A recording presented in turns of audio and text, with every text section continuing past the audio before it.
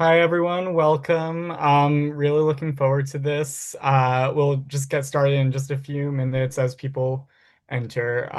But feel free to introduce yourself in the chat, say where you're coming in from, your name, any opening thoughts or things that are bringing you here. And we'll get started in just a moment.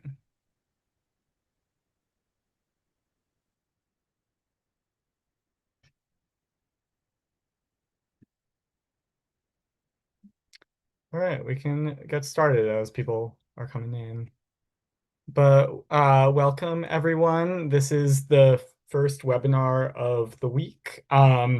This webinar is part of our Global Week of Action for Peace and Climate Justice, which is an intervention from the Climate and Militarism Working Group that is part of participation in international Draw the Line Days of Action from the 19th to the 21st for climate, economic justice, for really centering people in our global economic processes, and with the intervention specifically that we need to address war, imperialism, militarism to really put people first and put the planet first.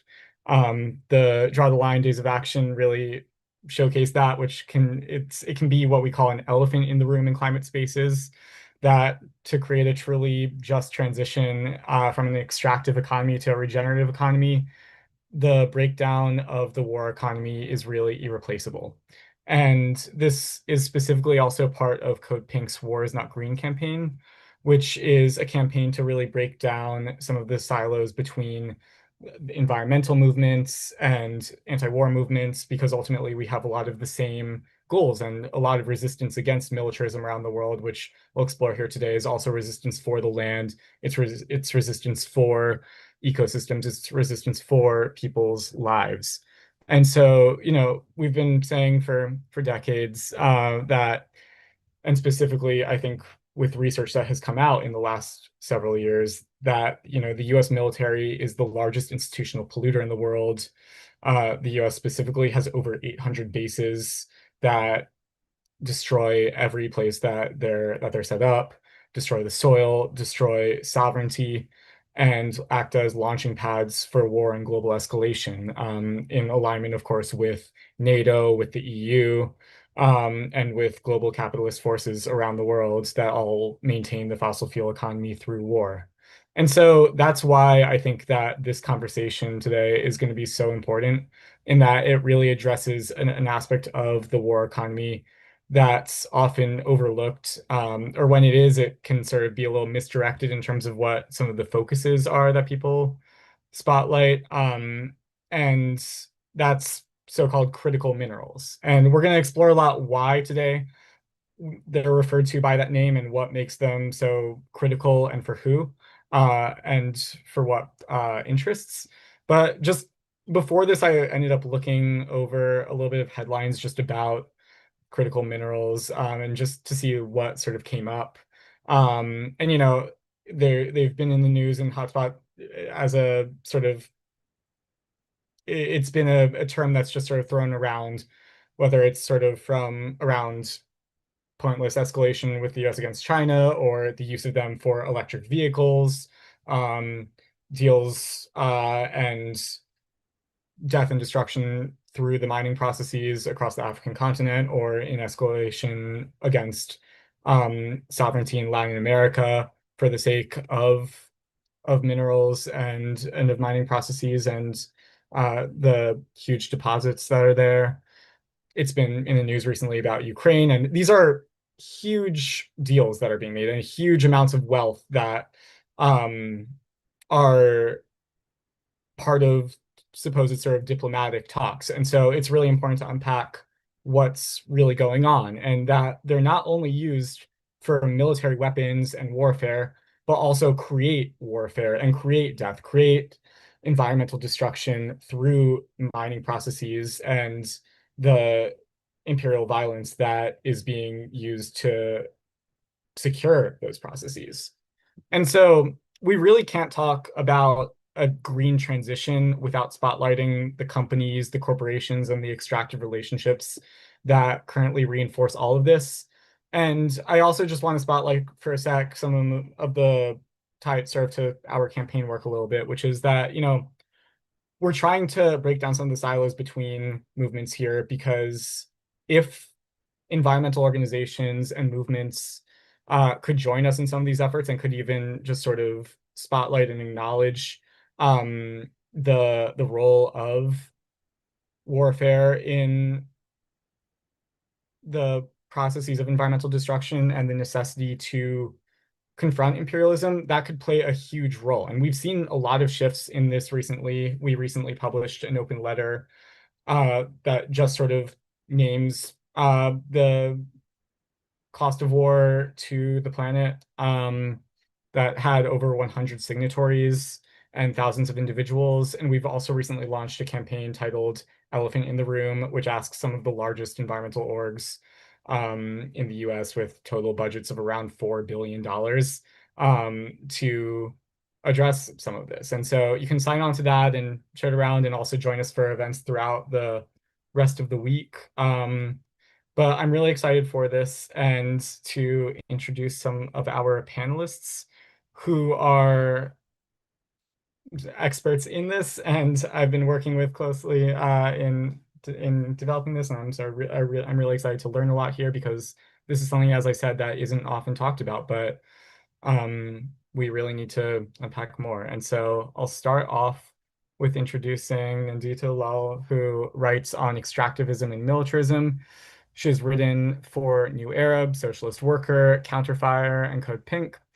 She's an organizer for a grassroots group in London standing in solidarity with Palestinian people and stood in the UK general elections in 2024 as an anti-imperial candidate against David Lammy, the current Deputy Prime Minister in the UK.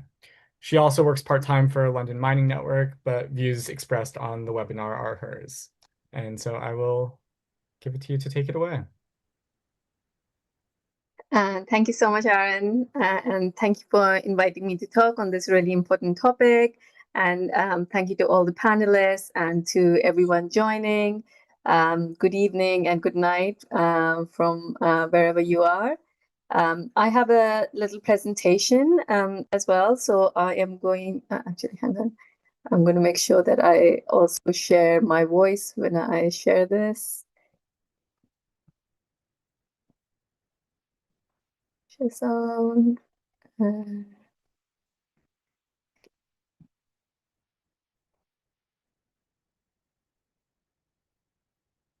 Okay, great. So I'm going to be talking about what critical minerals are, who defines them, and for what reason.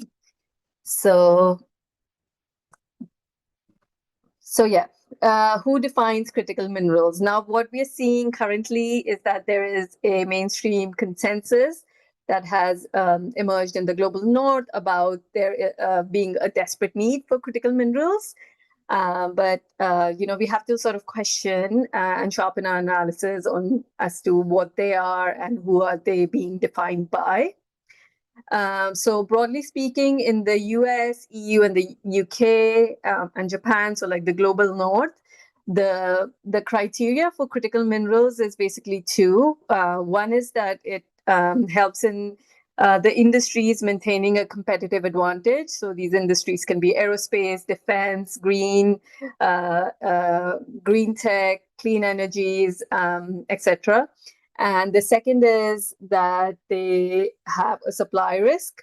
So, for instance, there's a EU rule against being more than 65% dependent on one country for the supply of a mineral. And if that is so, then it becomes a critical mineral. But it's crucial to understand, like, where is this what are the origins, what is the conception of critical minerals. So this is a really useful timeline, and it's from the Extractive Industries and Society paper. And you can see that critical minerals, the strategic or critical minerals, they are used a bit interchangeably at this point. I'm coming down with such vibes. sorry, could you mute yourself, please? Thank you. Was started was during and after the First World War, and it was developed by EU commissions and US military strategists. They first coined this term, strategic minerals, and it actually was then directly linked to the US Strategic Material Act of 1939, which was a law for wartime stockpiling of things that went into the military then, which was like tin and cobalt and rubber. So it's sort of, from conception, it never had like a green leaning. And then as the timeline shows, like the interest for these minerals like peaked every time there was a war. So the Korean War, the Vietnam War, the 1973 oil crisis, the Cold War. And then after the Cold War, when the US emerges as this unipolar power, you can see that there is a period of complacency where the global north really thought that global south would always keep its place as just a resource supplier. This pattern has never stopped. So it really doesn't depend on who is in charge in the US, whether it's the Democrats or whether it's the Republicans. So even like under the Biden administration, the 2022 CHIPS Act can be seen as like a direct inheritor of the 1939 Strategic Materials Act, because this act also just like explicitly links like national security, national interest to like the manufacture of advanced chips and critical minerals, which will enable it. So, even like now, like the support of the US state and the military apparatus for AI companies like Palantir just makes sense when you have a little idea of what the past was. Then you see around 2010, there's like a little bit of shift, and that's when you see like China emerging as this as like a critical minerals power. And it was also the time that the term strategic was kind of retired. I mean, throughout my presentation, I use them interchangeably, but the term strategic minerals is actually used a lot less now, and it's critical minerals is used more, just because it has more association with like the climate breakdown instead of strategic, which has more sort of a military warfare association. So what does this mean in like other global north countries? So for instance, this is the critical mineral list in the UK. And what these lists really do is that they are really good at disguising like what these minerals are critical for. So like the masterpiece of this, the main thing is it obscures, right? So what I mean by that is like, you take any mineral in there, like lithium is essential for EV batteries, but is also essential to make tritium, which goes into nuclear power. Then same for rare earths. They are essential for your wind turbines, magnets, but they are also really essential for advanced weaponry, for like drones, etc. And then you also have tungsten in there, which doesn't really have a green use at all. It is just like an ammunition mineral. So the list really, so you don't know when is it a energy transition list, a green technology list, or when is it like a critical military list. So yeah, that is the brilliance of the list, I guess. So so just taking the case of like aluminium, which is like the first one here, and you'll see that it doesn't have an asterisk, which means that it wasn't there in the UK mineral list in 2021, but it was a recent addition. And it's why was it included? There's like a brilliant study called Blood on the Green Deal, which like shows that the inclusion of aluminium in the critical mineral list in both UK and EU was the push came directly from the defense and aerospace lobby. It was groups like ASD, which is like a trade association of the aerospace company, which has like people like Boeing and Airbus in it. They lobbied for aluminium to be included. And also at the same time, we have NATO, who published NATO, the military arm of the global north, also published this in 2024. Also published this list of defense critical minerals, which had supply risk. And you see that aluminium was actually featured quite heavily in that list. It was needed from everything from like your F-35s to your tanks to your missiles to your assault rifles. So then what is green about aluminium? Yes, it goes into packaging, but most of it is actually going into your military use. Like in the World War, like in the previous century, 90% of it actually went to the military. And also bauxite, which is the core, which is the ore for aluminium, is actually one of the most polluting mining processes, and is also only available from the global south, from Brazil and Guinea. So you'll see this like pattern repeated in all the minerals on these lists. And then this rearmament drive is actually going to lead to an increase in CO2 emissions, which is going to like turbocharge the climate breakdown that we're already seeing. And that is also because militaries are such heavy users of steel and aluminium, and the processes to produce them are so carbon intensive. So you can see how this is like a vicious circle that gets us here. So now to come to why is there a panic? Why are you hearing so much about critical minerals? Why are you hearing so much about the arms race? And I think I will let Ted Cruz say why we're seeing that. Our dependence on China for critical minerals is quite simply dangerous. Critical minerals power our defense, technology, space, and energy sectors. To put it bluntly, an F-35 requires about 900 pounds of rare earth elements, and a Virginia-class submarine needs over 9,000 pounds. Yet to meet these needs, we're forced to rely on China. That's completely unacceptable. So a lot of the drive that you're seeing for critical minerals or the arms race is coming from the fact that it is viewed as dangerous for US to just lose its hegemonic power, as if it's an inevitability that it will always remain the hegemon. And that can also be seen from like this paper that was published earlier this year in the Military Review, which showed how US self-sufficiency in like some of these minerals, which are really essential for the military, has been lost, especially in things like tungsten, etc.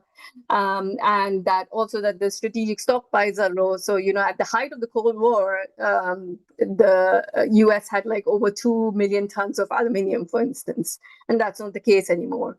And I think, again, like I used the Ted Cruz's quote, I think this quote is also quite revealing. It says in this Military Review, mineral shortages in a potential US-China war may not only prolong the conflict, but if severe enough, could contribute to US defeat. So again, the primary concern is that there will be a rival power that will cut your unilateral control of resources to sustain these endless wars that the NATO is pursuing. And then I would say this is like the smoking gun of my presentation. Baker Institute is like a heavyweight policy think tank, and it is like really influential in like foreign policy making in Washington. And this is also from this year, and this is like outlining the geo-economic tools for winning back this hegemonic position in critical minerals. And what they suggest is just like is like neo-colonial playbook, really. They're saying, you need to stockpile, which is hoarding, preclusive buying, so that no one else can buy it. And most like wholly is the ownership displacement. And this is this paper like wholly calculates what is the cost of replacing the ownership of a mine in DRC, which is currently under Chinese ownership, with something that is friendly to the US. So it's talking about regime change, but kind of like for a mine. So it talks about the 10K Fugun Rume mine in DRC, and then says that displacing Chinese ownership would be like $5 to $10 billion.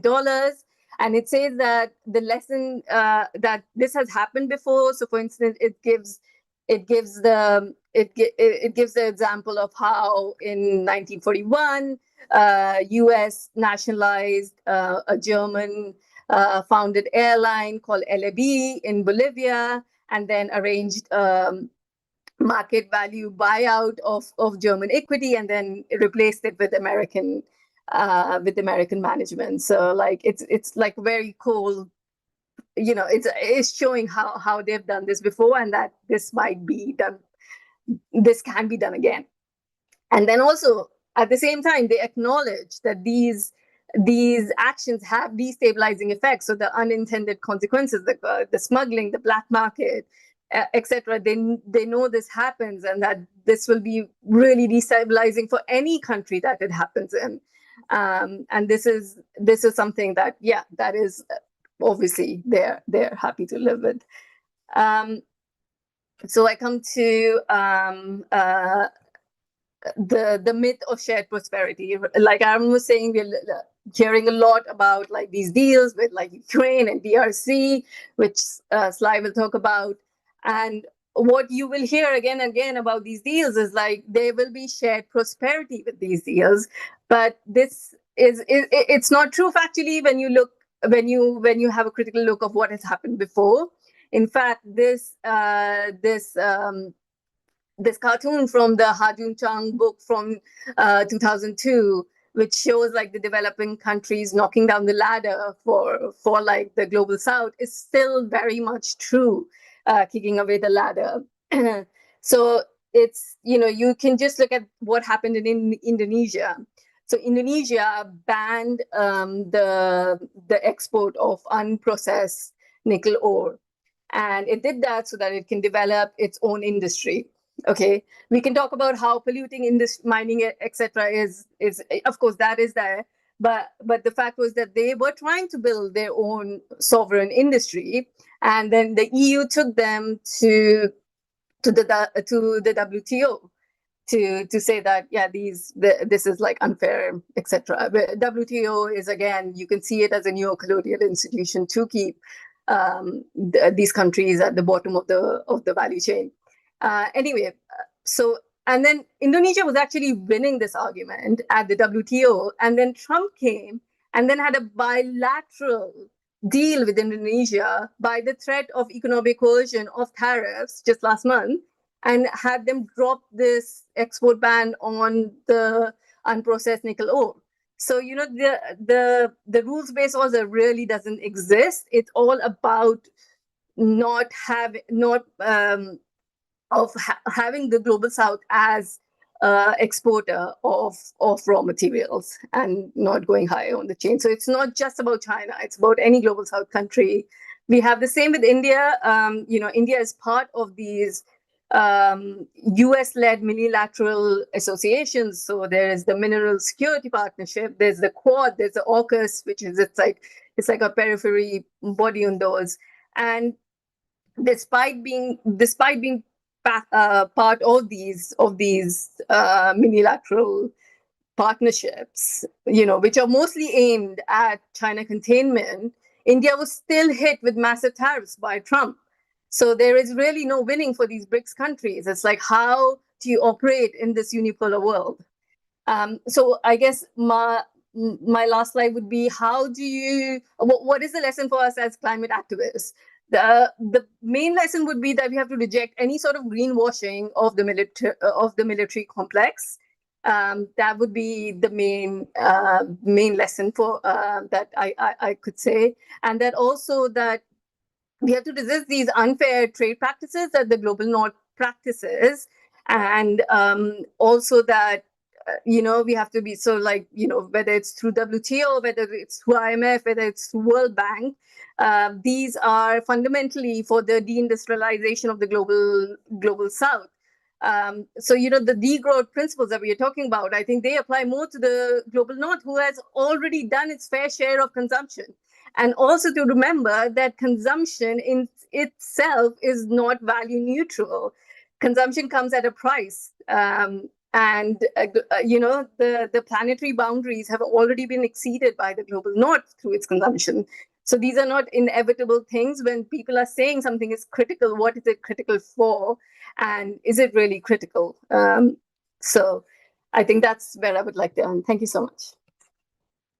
Thank you so much for that, Nandita. That was an incredible opening, and I learned so much. I'm really going to be thinking about the terminology of regime change for a mine for a little bit.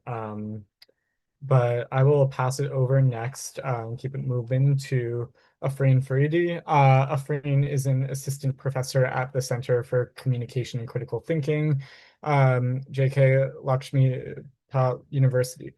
He's a founding member and lead organizer of the People's Himalayas Academic Discourse Network, and his interests lie in utilizing political economy to analyze shifts in labor practices and mobility amongst nomadic communities in the Western Himalayas. Afreen aims to decolonize epistemes and pedagogies to empower academic scholars belonging to the Western Himalayas. And you can take it away. Thank you so much. Salam everyone. I hope you're all doing well. Please excuse me, I have a sore throat, so I might sort of pause intermittently to give myself a break. So first of all, I must appreciate that Nandita took a huge burden off my shoulders by explaining the history of critical materiality, and really appreciate that, and it was so helpful. Um, so what I'm trying to do here is trying to sort of lay out a history of colonial critical mineral extractivism, and then maybe briefly propose the way ahead. And I was just having a look at the audience. It seems that most of you might know what I'll be saying, but just please bear with me. Yeah. So critical mineral extractivism connects the cobalt mines of Congo, the natural gas reserves of Palestine, and the rivers of Kashmir, the lithium fields of South America, the poisoned lands of Native America, and the rare earth frontiers of East Asia. These minerals are often presented as green transitions necessities, powering EVs, renewable tech, and cloud infrastructures. When we follow these minerals, a pattern becomes clear. Mineral extractivism is not about sustainability. It is about continuation of an empire in the form of post-colonial and settler colonial projects that renders some people and lands expendable so others may consume without limit.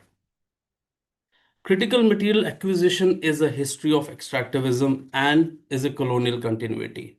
This extractivism is not an accident, but part of the very birth of capitalism. This mineral extractivism can be viewed using a Marxian lens as primitive accumulation, which is not just economic, but a political technology of empire. Extractivism here is not an accident or an unfortunate side effect, but a structure of a world system rooted in racialized capitalism. This we can see from the 19th century in the Congo, which was turned into a site of colonial plunder under King Leopold, where millions died as rubber and copper fed European industry. Today, we see cobalt and coltan play the same role in sustaining the digital economy. This story of the DRC is the ongoing story of primitive accumulation. Communities dispossess so that the world can charge its smartphones and power its cloud servers. Sorry. However, while the Congo possesses over 70% of global cobalt reserves, Congolese communities live with the worst consequences: poverty, displacement, toxicity, and violence. This extraction sustains global hierarchies where African landscapes and bodies are made expendable. As Arturo Escobar has argued, that development itself is a discourse that naturalizes exploitation of the global south. Here, extractivism, we must note that extractivism can happen within territorial boundaries of the empire itself. For decades, the Navajo Nation in North America was poisoned by uranium mining to fuel the US nuclear supremacy. Communities left with cancers, poisoned waters, and destroyed lands. Winona LaDuke calls this energy colonialism, indigenous lands turned into sacrifice zones for the settler state. What we see in Congo, in Palestine's gas fields, in Kashmir rivers, is not just the past. It is an ongoing repetition of primitive accumulation, and this violent dispossession of communities for these resources is a perpetual foundation of global capitalism. My second section posits that this critical material extractivism is inherently tied to an imperialist project. And Lenin saw this clearly when he wrote, imperialism is capitalism at that stage in which the world is divided amongst biggest capitalist powers. Critical minerals are not neutral. They are strategic monopolies controlled by US, Chinese, and European firms. And I think Nandita made a point of this very clearly in how we even conceive critical minerals.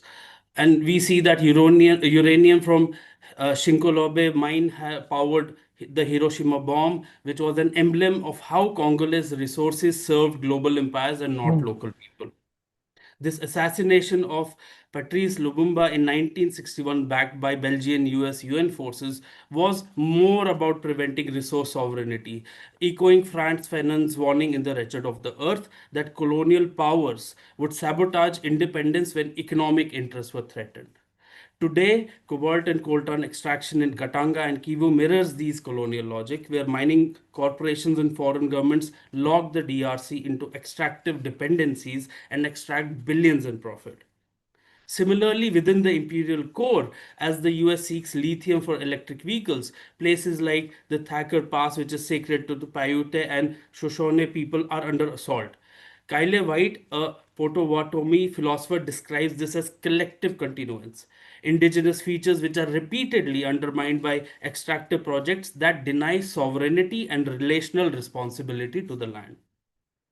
In this, we see extractivism and as an inherent feature of settler colonialism. And in Accumulation of Capital, Rosa Luxemburg argued that capitalism always requires new frontiers of dispossession. She anticipated what we now call green colonialism as the perpetual annexation of lands, minerals, and bodies outside Europe to sustain accumulation. And this resource extractivism is inseparable from the settler colonial project, as Rashid Khalidi reminds us in the 100 Years' War on Palestine, that settler colonialism is not just about territory, it is about the systemic expropriation of resources to ensure indigenous dependency. In Palestine, this extractive frontier is not just minerals, it is also gas and water. The occupational and imaginary state of Israel, supported by multinational corporations, blocks access, Palestinian access to these natural resources while monetizing them for its own economy and to ensure geopolitical power in regional politics. Water here is weaponized, echoing what Patrick Wolf calls the logic of elimination in settler colonialism, which seeks to control over life itself through dispossession of both life and lifeblood. Such extractivism, as seen in Palestine, is genocidal, producing premature death for racialized and colonized peoples for consumption and profit elsewhere. One needs to be impressed by the fact that this coloniality is coloniality of being and has gender dimensions. So mineral is not just a biological subject. Sylvia Winter critiques this colonial invention of man as the measure of all value. She pushes Marxism beyond Eurocentric categories, showing how this mineral extraction rests on the dehumanization of non-European people. Critical minerals are extracted from those rendered less than humans, the Congolese, the Palestinians, and the tribals. Ashel Amembe reminds us in Critique of Black Reason that Africa is imagined as a reservoir of raw life and raw matter to be consumed by the global capital. And this is what we precisely see in Congo, where people and land are reduced to mere inputs in the global supply chain. In Caliban and the Witch, Sylvia Federici links this primitive accumulation to the control of women's reproductive labor. So, mineral extractivism is not just about land and resources, it is about controlling bodies and labor, especially women's unpaid and invisible labor in sustaining these mining communities and caring for those poisoned by extraction. Claudia Jones reminds us that women, especially women of color, face the triply oppressed status. Mining communities reveal this daily, where women are forced into precarious labor, they have to care for poisoned families and suffer displacement. This enclosure of women's bodies, reproductive labor, and communities is part of this extractivism's hidden cost, and hence Jones forces us to see mineral extractivism not only as an economic plunder, but as a racialized and gendered violence. I just want to put in a brief about a new site of extractivism in techno-feudalism, a concept that I borrow from Yanis Varoufakis, and he has a book titled same, is that we need to understand that critical mineral today are not just about cars and solar panels. They are about the very infrastructure of this digital world, what some call cloud capital. These critical minerals feed cloud capital, which is a vast digital infrastructure of AI surveillance and finance, which are the backbone to contemporary genocide in Palestine. These minerals produce carceral and settler colonial violence in Palestine, Kashmir, and indigenous territories. While cloud capital is sold as immaterial, this cloud is deeply material. This cloud is rooted in Congolese soil, in broken bodies, and in dispossessed communities. And we can use conceptualization by Angela Davis to see how prisons, militarism, and capitalism are interlinked.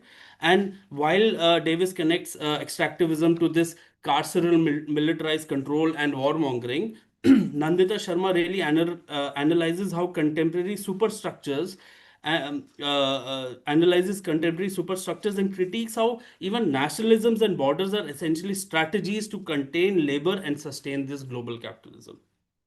And hence we see critical minerals creating what is called a digital enclosure, right? Where while Africans provide the raw material, they themselves are denied data sovereignty, digital infrastructures, or fair share in digital economies. So this cloud capital essentially is an empire by other means, wherein it colonizes not only lands and labor, but also the future.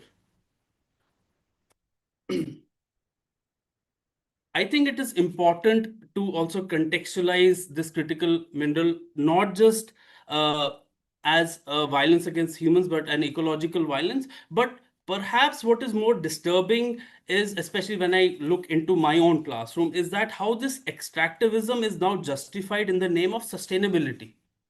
Right? This green transition discourse builds consent for new waves of extractivism by presenting it as progressive.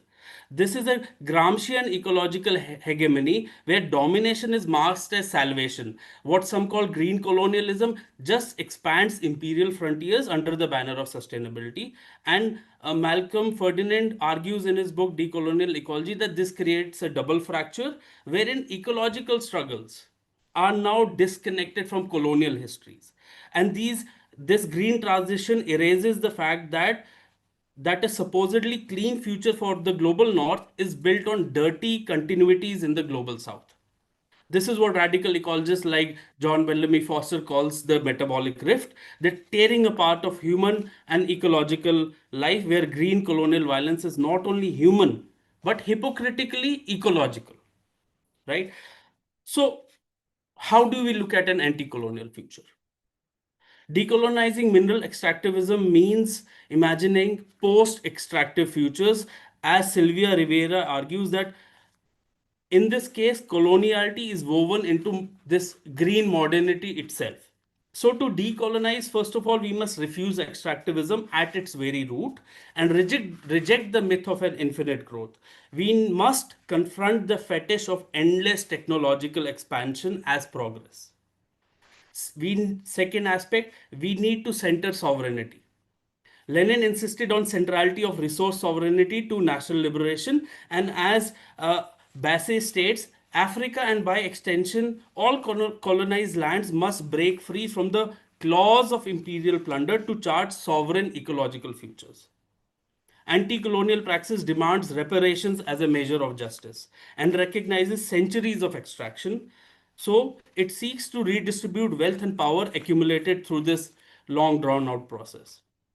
Finally, what we are doing here is, in Gramsci's term, the struggle against extractivism is a war of position, a patient building of alliances, of climate justice, of indigenous sovereignty, of anti imperial movements against the entrenched power of cloud capital and green colonialism.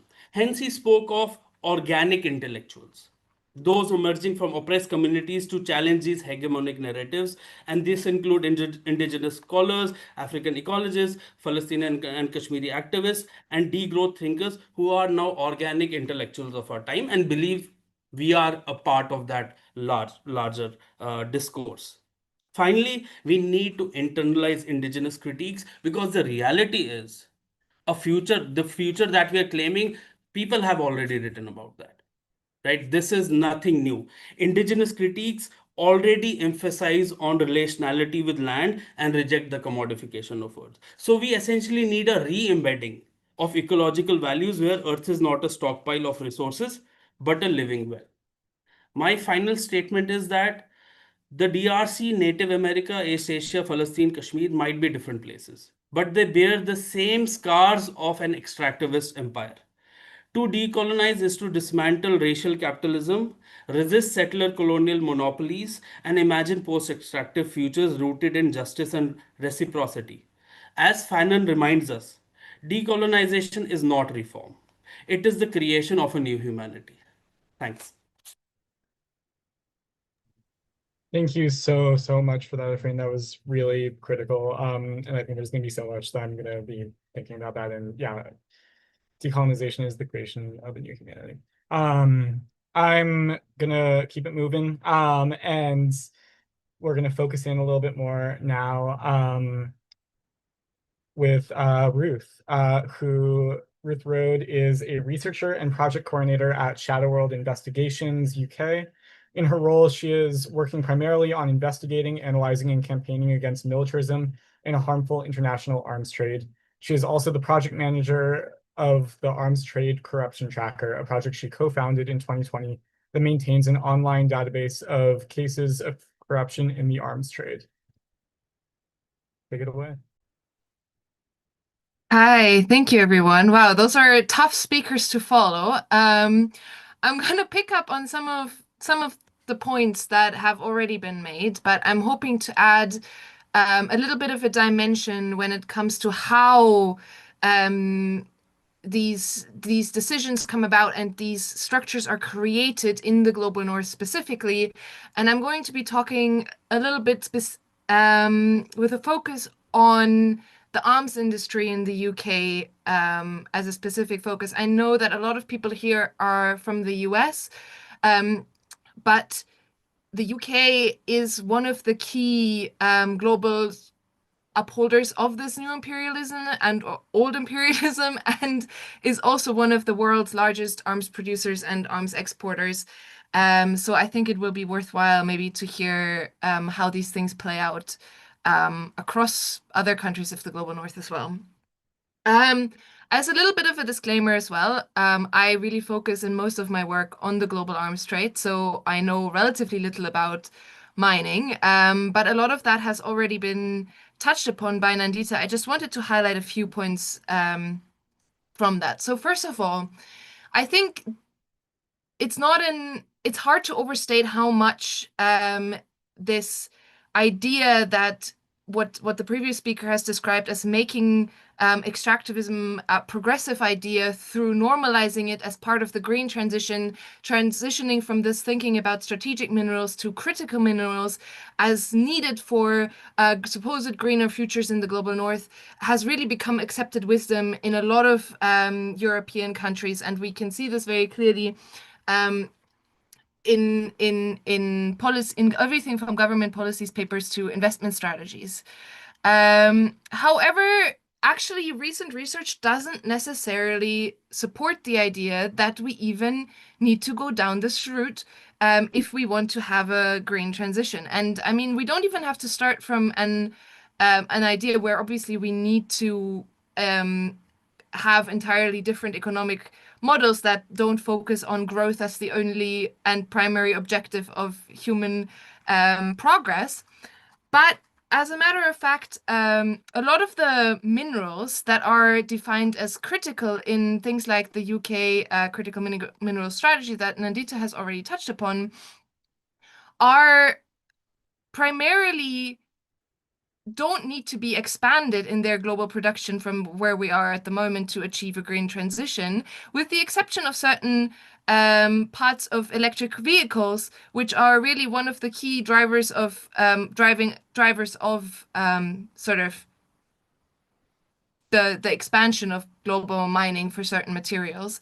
And the other part is the military industrial complex. So, for example, there is a recent report by a group called Global Justice Now called Material Realities, which lists which of the so-called critical minerals are actually critical for a green transition, and which one of them are primarily a focus and priority for electric vehicles or the aerospace and defense sector. And they found that from that list of critical minerals that have little or no role in the green transition, 5 are in fact top priorities for the aerospace and defense sector. And a similar pattern can be seen in the US, where Global Witness has found that the defense industry is not only a main source for America's demand for rare earths, but is actually a key argument about their criticality, where many of the 17 rare earths for which the US is dependent on China actually mostly play an indispensable roles for military technology, as Nandita's presentation has already also touched upon. And I think one of the things that this really highlights, and that we really can't get away from, is the fact that these green transition strategies still are very much a confrontational strategy, because if you require primarily growing access to these rare earths for your green transition, for example, in the field of aerospace and defense, but also in the field of electric vehicles, then you end up in a situation where you're not going to move towards a global green transition, but where you're maybe trying to move your economy to like a supposedly greener system, but in the process you're using up so much of what is produced globally in terms of minerals and rare earths that other parts of the globe actually can't make this green transition, and you're putting yourself in a very confrontational sort of setup from the get-go. So the question then becomes sort of what economy are we actually transitioning to? And the economy that we are transitioning to, at least in the UK, is very much one that prioritizes the military-industrial complex as a primary area of growth, a primary driver of or a primary target of public spending. We have had years and decades of austerity that are very much having detrimental impacts, especially from a class perspective, and redistributing wealth from the sort of lower and middle classes as well from the state to the top. And I'm going to come back to this a little bit more with the way that the arms industry functions, especially in the US and the UK. But we are, as the previous speaker was already saying, essentially transitioning to stay within a system of primitive accumulation at the top. And by keeping these extractive models intact, and at the same time sort of greenwashing these extractive models through this new redefining of the system as sort of progressive and green transition-y, and even in the military-industrial complex, we're seeing a lot of language about sustainability and green bombs and green fighter jets, when we know that the US defense machinery sort of remains the largest institutional emitter on the planet. And we know that the military industry, as well as the mining industry, are key in lobbying themselves out of being responsible for the externalities they're producing. So I wanted touch upon, so these are a lot of the things that that the previous speakers have already mentioned, but I want to touch upon a little bit upon how this happens. And we have, I mean, Nandita has already mentioned a few of the things about how aluminum ends up on the critical mineral list, but we have this in general in the UK. What you have to know is that things like political donations don't play as big a role in the UK when it comes to lobbying power as they do, for example, in the US. But what does play a bit critical role is the influence of things like think tanks and the influence of things like reports and government sort of meeting groups, all-party parliamentary groups, those kinds of things. And here we have, for example, a report by a UK great publication called Declassified UK, that talks about the fact that as part of its critical mineral strategy, the government actually set up a task and finish group, which analyzed the risks to UK industry. And this group had as participants companies like BAE Systems, Rio Tinto, and the sort of the industry group, the arms industry group called ADS in the UK. And I mean, there are a few key things I think that we have to know in the way that the arms industry has really is really capturing government, not only in the US, but increasingly in the context of the Russian invasion of Ukraine, also European countries and governments, where we are seeing an unprecedented, or since the Cold War at least, an unprecedented amount of narrative control and power by the military industrial complex and by the arms industry. So there was a report that was published last year, which I think created a very good picture of what this looks like. It's written by a researcher from Campaign Against Arms Trade called Sam Perler-Freeman, and he describes the process that we're seeing as a move from this idea of the revolving door between government and arms industry being a primary tool of lobbying or of influence, to what is essentially an open plan office. Sorry? Oh, okay, sorry. That is essentially an open plan office between the military-industrial complex, between the industrial producers of weapons and government, which we have to remember in the UK and in the US and in other Western countries, the arms companies are primarily privately owned and are oftentimes owned by the big hedge funds that form the backbone of what my previous speaker has referred to, techno-feudalism, of the techno-feudal sort of age, where a lot of key industries and resources are actually not owned by states and governments, even if they're seen as fundamental to the functioning of these imperial capitalist states, but are in fact owned at the end of the day by private companies like investment firms like BlackRock, for example. So what we have in the arms industry is an extreme example of where we have an industry that is almost entirely publicly subsidized, but all the profits are privatized. So not only is it that most of the arms companies have their primary revenue in the military industrial field, obviously from governments, but we also have a system where the government also pays a large chunk of these companies' research budgets. So in the EU, we now even have this system where the EU isn't technically allowed to invest directly into military and defense, but they're doing all of this. They're doing all of their investment through mechanisms that are described as contributing to research and development. And so these are pathways in which we see a lot of funding going from the public purse into the arms companies and then ultimately into private pockets, while not actually contributing to anything close to a sustainable economic transformation, or actually in terms of translating into things like jobs and things that are used as like these like flag posts, contributing significantly less than government investment does in other industries.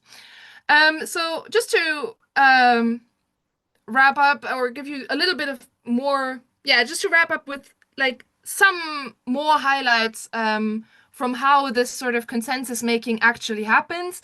I mean, the revolving door, I think, is a well-known term, but in the UK context, we've seen that between 2010 and 2021, over 40% of Ministry of Defense civilian staff moved into the arms industry or the security industries.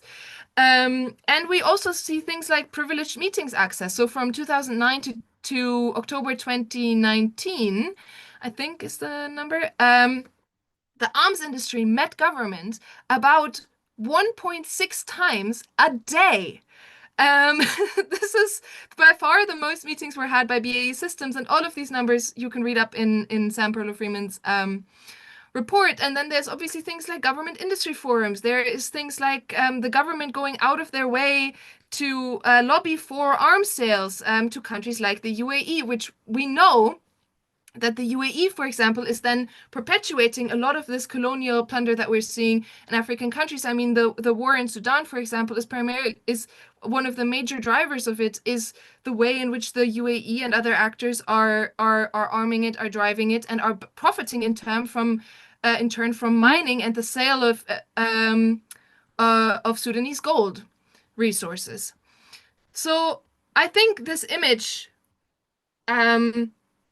that maybe is already quite established in the United States, but I think that in other parts of the Western world we have maybe a more romantic idea about the separation of sort of government and industry and these things. This idea that we really have quite a consolidated national security establishment between government and industry that is also sometimes the same, that is making the decisions about what to define as critical minerals, how to get to these minerals, and how to be in competition with other global powers. As we know, multipolarity doesn't necessarily mean less imperialism. In fact, it often drives it. Is really an image that I think should stay with us, and that should beware us from sort of thinking about these allowing this greenwashing to take place. To wrap up, I mean, some of the solutions have already been mentioned. I mean, we obviously need to transfer to a completely different economic model that doesn't that overcomes the idea that overcomes extractivism, these global inequalities, including sort of overcoming growth as the primary driver of our economic systems, including reparations and other types of setups for harm that has already occurred. But we also need to rethink things like maybe our public transport infrastructure and our what we actually need critical minerals for.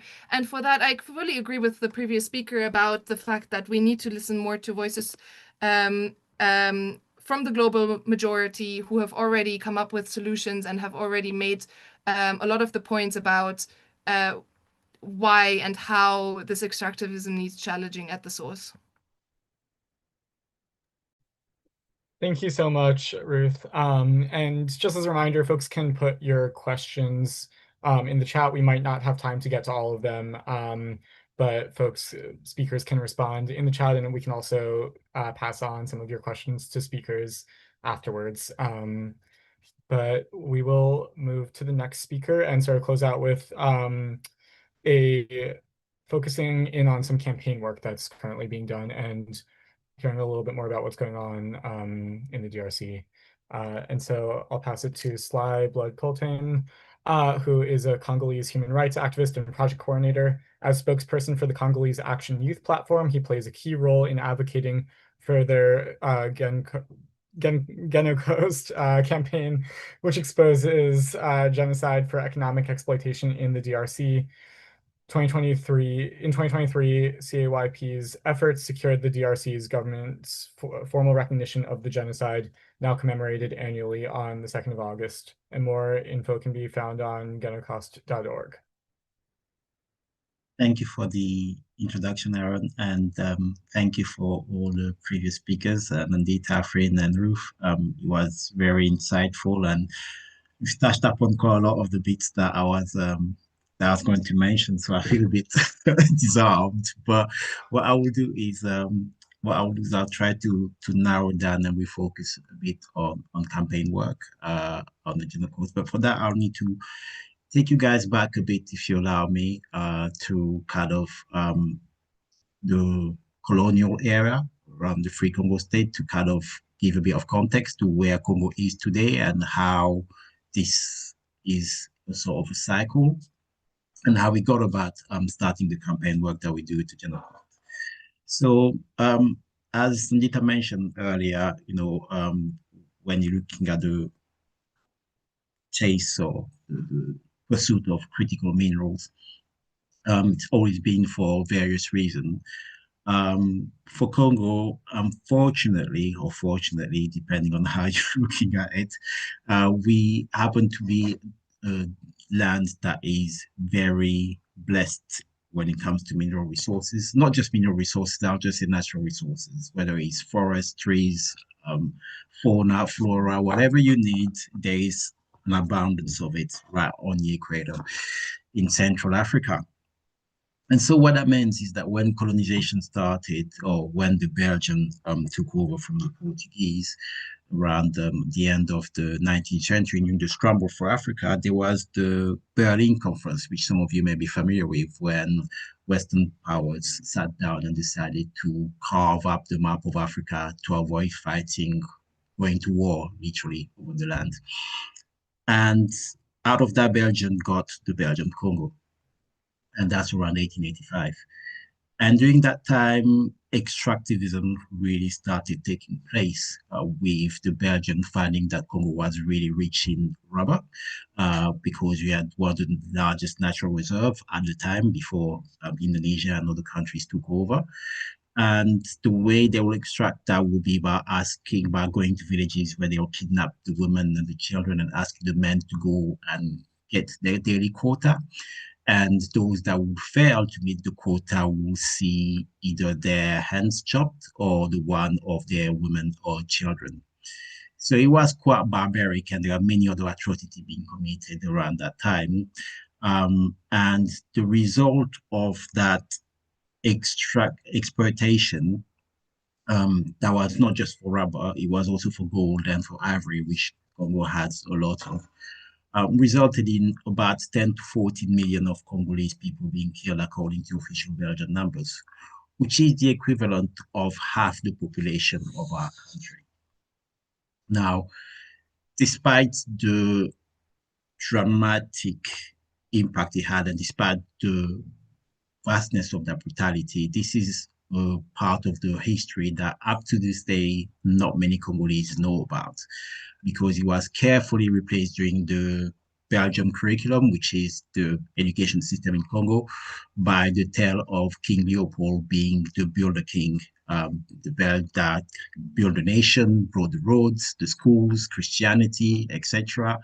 And so the average Congolese perspective is that the king was a great man, and we love Belgium so much that we call them our dearest uncles. And that has led to a repeat of history, I would say, about 100 years later, because as you were saying goes, the people that does not learn from its history, there's a French saying, the people that do not learn from its history, it's condemned to repeat it. And so what we found is that if we fast forward after the independence in the early 90s, we get to the point where we have the dot-com boom with the internet. And then there is another source of mineral that the world needs a lot, which is coltan, one of them, copper and cobalt. Now, coltan is quite interesting, and that's the name that I chose for my fight, Blood-Coltan, because it's one of those minerals that not many people know about. Many people may have never heard of it. We all heard of blood diamond. We don't know what that is. We see the movie Diamond from Sierra Leone, and we kind of associate what blood diamonds are.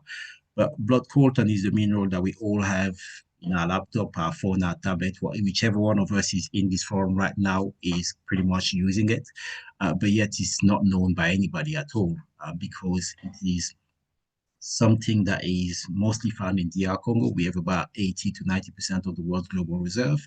It is a dark mineral that is essential for motherboards and for processors, or translator. I don't know what's the correct term there, so you have to excuse me if I made a technical mistake there. I'm not an electrician, but essentially that mineral is found in the Eastern Congo, and during the rise of the need for digital device, for mobile phones in particular, for mobile phones amongst others, the DR Congo has seen conflict increasing. So we had the Second Congo War, where the regime of Rwanda and Uganda were used as proxy by the US to destabilize the DR Congo president, which kind of made me think back of the point that Nandita mentioned about regime change to be able to gain access to mineral. That is how it was done on our side. At the end of the Cold War, Mobutu was no longer useful to the American, despite the fact he's always been very pro them. They decided to replace him by someone else, and therefore they had Kagame and Museveni to kick him out using a few Congolese proxies that would claim to be rebels, but really it was a military invasion by our neighboring country. And the country was then occupied, and in a way is until now, by a pseudo government where we do have election, but the people being elected are not really a reflection of the sovereign will of the people, which makes me think of another point, which is quite important, that the impact of extractivism when it comes to DR Congo is not just on the resources, the natural resources, is on the very sovereignty of the people over their land. That is really what we lost, because everything that is going on, even up to this very day, whether it comes to elections, whether it comes to education, whether it comes to the health sector, the people of the DRC have been deprived and are still fighting from the sovereignty on being able to decide on those key things. It may seem like we do have an independence. It may seem like we do have a say in the vote, but really deep down, when you dig and look at the power holder, you really realize that everything is dependent on whoever will be pleasing the West. And that leads to lots of corruption or mismanagement, and it leads to the state of depravity and poverty that you see currently, and it leads to a great level of instability, but it is a controlled instability. It is almost like a controlled chaos that is wanted just to be able to keep things ticking, not to break them, not to burn everything, just to keep it ticking and to keep people disempowered, I would say. And so around 2011 here in London, I was there with a few young Congolese people, and we were looking at the situation of DR Congo, because in the aftermath of that election, we felt like, once again, our people's vote went to waste. Once again, there was a rigged election that was quickly backed by many Western powers, and the Congolese people across the diaspora really mobilized and marched and protested and contested those results, but to no avail. There was a maintained of power of the new proxy that was chosen. And so we decided that we were trying to find a way to address the issue of Congo and to help people bring an end to the bloodshed, because at the moment, if it is true that the world needed those minerals, and Congo really, we don't mind people exploiting gold and copper, just like the rest of the world. As someone once said, we don't eat gold or coltan, so we are quite happy for people to trade it and share it, but we would like it to be done fairly. That's all we're asking for. We don't want it to come at the cost of our women, of our children, or our grandparents. We want it to be done in a humane way. And so as we started studying the history of DR Congo and what is currently happening, we realized two things. One, the mainstream narrative of the media, which often portrayed the war in Congo, the conflict in Congo, as an ethnic war or tribal war. That is something that we quickly found to be untrue, because at the moment when you're looking at what's happening in Congo, there are ethnic tension. Yes, that is very true. But that is not the core reason why people are being killed. That is not the reason why over 6 million people have been wiped out to the surface of the earth. That has nothing to do with their ethnicity. In a place where you have over 400 ethnic groups, everybody is a minority in Congo, because none of those ethnic groups can claim to have even 10% of the population. That is how diverse the DR Congo is. So we then realized that these terms of ethnic war or conflict war is often like a neo-colonial term that is called for it is not our problem or it is their problem. But in reality, it's not. And we realized that what is happening in Congo is actually meeting in every way the definition of the 1948 Convention Against Genocide, where a group of people, a national group in this case, which would be the Congolese, are being killed systematically for over 13 years, in part by a group of people that have an intent to destroy them in all or in part. But what we found that was quite particular in Congo, or should I say that was even more sinister, is the fact that the drive behind the killing is economic gain. And so we found ourselves having the need to redefine and clarify what is happening in Congo to call it a genocide. And that's a new concept because one of the things that we realized is that the 1948 Convention Against Genocide did not include many people of the Global South. For those of you who may not know, in the 1940s, most of Africa was still colonized. So we did not really have a say in what that convention did. And most of the powers, the 30 countries that initially came up or redacted that convention, were colonizers. And if there's one thing that colonizers will not do, will be voting or approving of a law that makes colonization a crime against humanity. And the genocide happening in the Congo was pretty much a repeat of what happened under King Leopold, which was that people were being butchered and killed and exterminated because of economic gain. And that is nowhere in the Genocide Convention.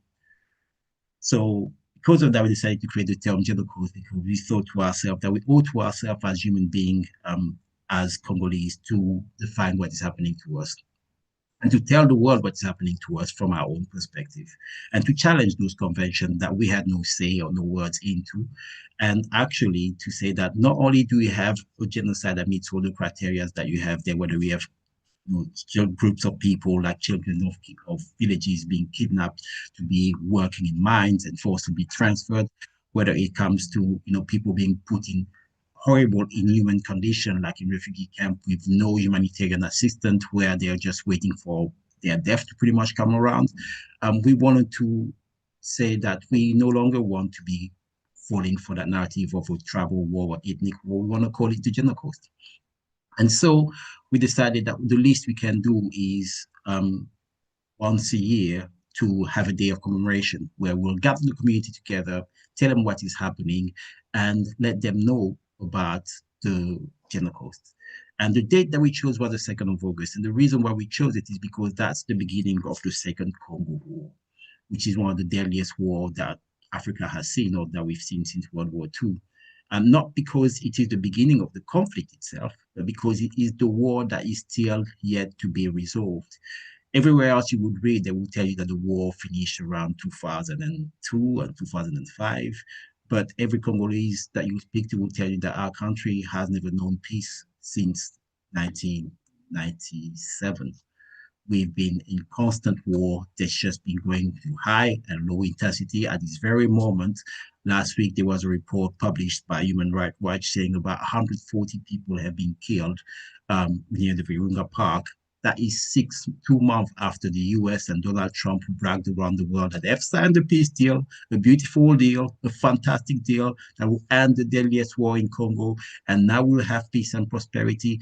And none of that really happened because that deal was never about peace and prosperity. That deal was about making sure that the US has access to minerals in the DRC, regardless of who's in power, regardless of the stability of the situation, and with the green light of the government in DRC and choosing the proxy of Rwanda and Uganda to secure those minerals. So, having said so, after we started the campaign in 2013 and up there, it took us a long time to convince the people that we actually advocate for genocide here. And we need to call it for what it is and stop moving away, stop feeding into this tribal narrative that kind of try to reduce the conflict in DRC. But essentially, it gained popularity, and people in the political sphere in the DRC started talking about it. And in 2023, the DRC president actually organized the first commemoration of the Genocost in the DRC. And this year, they've built the first memorial for it, which was inaugurated on the 2nd of August again. So in that sense, we have come a long way from our campaign. We're still not where we want to be in terms of we are now campaigning to be able to obtain justice for the victim, to be able to get to court where the highest leaders, the perpetrators, will be held accountable. And we know that we are not quite there yet, but we will get there. It will take time. It would happen. And one of the things that I like to tell people when they're looking at the world's problem when it comes to extractivism and imperialist and what they're capable of doing to be able to secure a bit of rocks is that we owe to ourselves to move and not to be afraid, no matter how small we are.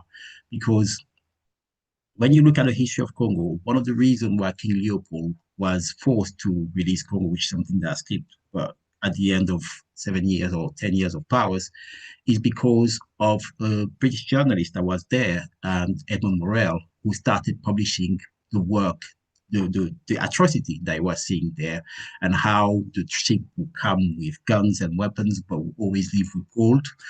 And when the British public became aware of the pictures of men and women and children with their arms chopped, it caused such an uproar here in the UK and the Parliament that it forced the Belgian king to sell the Congo and concede it to the Belgian state. So if about 100 years ago, someone that did not have access to the internet, to mass media, and just a couple of journalists with hardware were able to defeat the king, what tells you that you today that have this gift from Congo that is in your hands with connection to the entire universe at your fingertips cannot change something about what you see? So I always tell people, do not think that you are too small. Do the little you can, the bit that you have, and keep going, because every little word of knowledge, every little ounce that you spread out there, every little bit of awareness, you don't know where it will lead to, but all of this adds up. And if the only thing that's ever changed the world is not the thousands of people that you see in the streets, yes, it contributes, but it's usually the 1%, a very small group of determined and organized people that are not afraid to make a change. On that note, I will end my address for today. Thank you. Thank you so much, Sly. And it's absolutely critical to continue to spotlight what you've called a Genocost and genocide in the Congo. We are unfortunately running a little over time, so we won't be able to take as many questions, or any questions actually, but as I said, feel free to put them in the chat, but I do just want to give a moment for the speakers to just give a few closing words or thoughts. Not too long, just because I do want to respect everyone's time, but just sort of a minute around just if you have any closing thoughts after hearing of the other panelists, as well as just any call to action around work that you're doing or to other segments of the movement around environmental movements, anti-militarist and imperialist movements. But yeah, if anyone wants to go first. I can go first. Thank you so much for everybody, especially Sly. That last point about every little that you can do has a big impact, I think is so powerful. And on that note, I would like people to make sure that you are engaged wherever you are locally. Also, we have a lot of this extractivism, not only in colonial extractivist context, but also in the West, actually.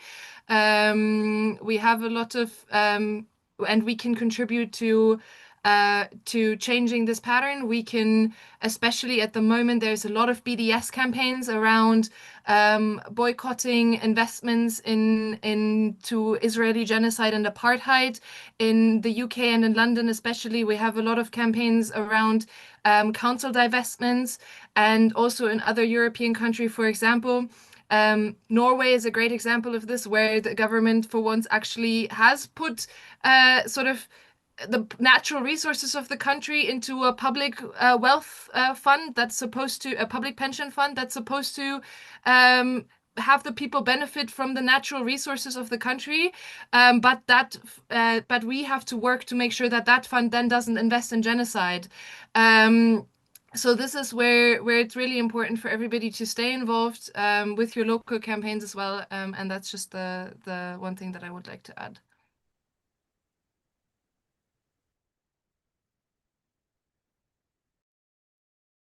Thanks, Ruth. I can go next. So on my closing remarks, I would like to say that I think, on what advice is it for climate activists is to definitely connect the dots to militarization, to connect the dot to the fact that 80% of the military spending comes from the NATO, and how important all of these BDS campaigns are, because hitting capital is really important, and getting people to divest from capital is important to fight for the subsidization of these private armed companies by our governments is important. So all of these, anti-NATO movements that are taking place in the West are important. And also just a reminder that Western consumption and Western hegemony is not inevitable and is not value neutral. To keep that, I guess, centered. Thank you. Afreen, do you want to reply? I just want to say big thank you again for organizing this week and inviting us. It is important. I stress how important it is to have those meetings, to have those talks, to have those voices, those independent forum where it may feel like there is only a few of us, but it is incredibly important to have this platform to let the people speak and raise awareness about what is happening. And I just want to say, keep up the good fight. And for those who may be in London and interested, I think there is a rally around the iPhone 17 this coming week. So we'll be there. We'll be sharing it on our social. So that's not consumerism. You don't have to have a new iPhone. Yes, if your phone is dead, do replace it. I'm not asking you not to have one. I know it's a need. I have one. We all have ones. But I'm just saying, let's not consume for the sake of it. Let's be moderate and look after Mother Earth, because you only have one planet. Thank you. Afreen, do you want to close this out? Yeah, I mean, I want to thank the organizers at CODEPINK first, and my fellow panelists. I learned a lot from this session as well. I think for the larger audience, I think just building on what Sly said is that we mustn't give up hope and revert to fatalisms that capitalisms push on us, that this is natural and inevitable. As a measure of connecting, I think we should essentially make sure that we keep our minds open, reflect on our own biases. But I think since a lot of us are academicians, constantly hope that our classrooms are open up for the world. Academia suffers from being in the ivory tower, and hence I think that's the disconnect between people fighting out there on the ground and us in the classrooms. I think that connection needs to be reaffirmed and be more organic in nature. And finally, I think what I observe most is that we should not be tempted to water down the narratives of the resistance, especially when egged on by liberal speak, let alone fascists. Even liberal speak forces us to water down a lot of the Taweed and all resistances from the ground. We should not fall for that.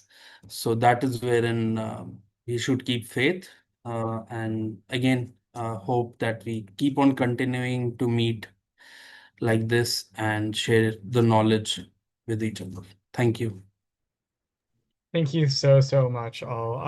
And yeah, I mean, it's absolutely critical to continue to find more ways to collaborate and to recognize our common targets and our common enemies, and the forces that we all need to unite around, to build a new humanity, to fight imperialism and militarism, and build peace through liberation. And I do just want to highlight a few upcoming things sort of on this note. One is that on Thursday, for anyone in New York City, but also anyone virtually, we will be hosting a mini summit around these Draw the Line days of action that I mentioned in the beginning. And it is titled Drawing the Line at the Pentagon for the Planet. And we'll be highlighting various organizers and campaigns that both environmental organizers in town for some large climate and economic justice mobilizations can be in the same room with anti-war and anti-imperialist and Palestinian liberation organizers to come together around different campaigns, recognizing that we do have the same targets. And so if you're in New York City, please join us in person and share it around. And if you're not, it will be live streamed. In New York City, we will also be having a contingent at the Make Billionaires Pay March to bring the message of anti-militarism and Palestinian liberation and joint struggle. And we also will continue to be working throughout the near future around our campaign work, around trying to move environmental organizations and invite them to sort of join this united movement. You can also join us for our War is Not Green working groups, where we can plan sort of more events around this and learn more about the campaign on our website. And you can also join CODEPINK more broadly for our anti-imperialist campaign education and action series that will be highlighting a few ongoing pieces of work that we're doing throughout the next few months. We're currently in Palestine, but thank you so much for everyone. And I'll see you next time and for ongoing discussion and collaboration.